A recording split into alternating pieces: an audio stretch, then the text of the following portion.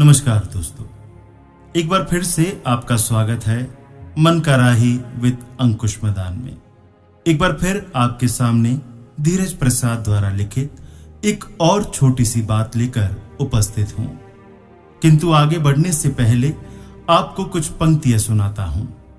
वह प्रदीप जो दिख रहा है झिलमिल दूर नहीं है, थक कर बैठ गए क्यों भाई, मंजिल दूर नहीं है।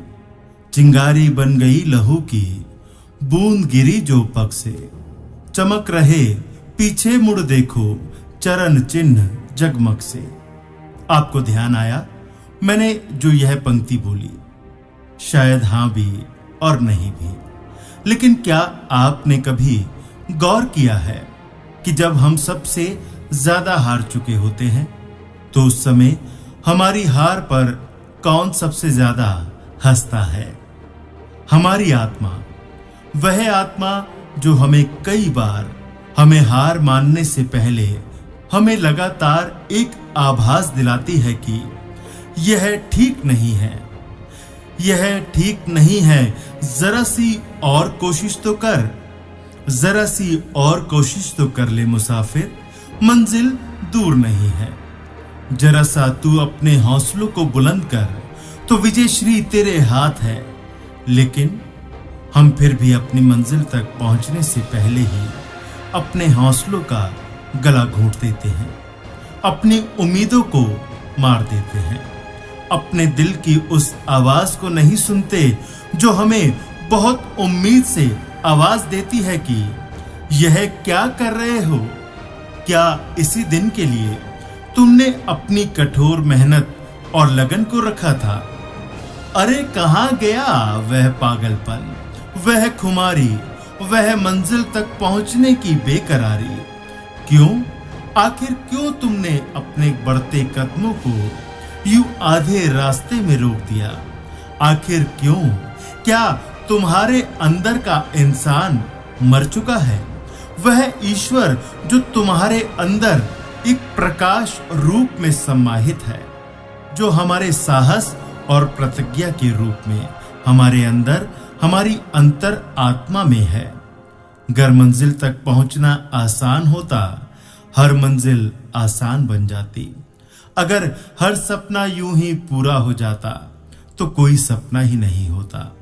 यारो, जो करता है वही पाता है, यह तो सुना ही होगा आपने। सोचिए, जाने कितने ही लोग रोज जिंदगी की जंग लड़ते हैं और दम तोड़ देते हैं, लेकिन उनको कभी आपने देखा है? एक बार उनकी आंखों में कभी झांका है आपने? नहीं तो एक दिन, बस एक दिन हॉस्पिटल पहुंच जाइए और उन लोगों को देखिए जो कब के मर चुके हैं, लेकिन वह अपनों के लिए जीने का प्रयास कर रहे हैं। उन डॉक्टर्स को देखिए जो जानते हैं कि मेरा मरीज 2 दिन का मेहमान है, लेकिन वह फिर भी उसे जिंदगी देने की कोशिश में लगे हुए हैं। क्यों? यह कभी सोचा आपने? क्योंकि जब वह सारा प्रयास कर थक जाते हैं तो उनके अंतरात्मा से एक आवाज आती है, एक बार और देखते हैं, शायद यह दवा काम कर जाए।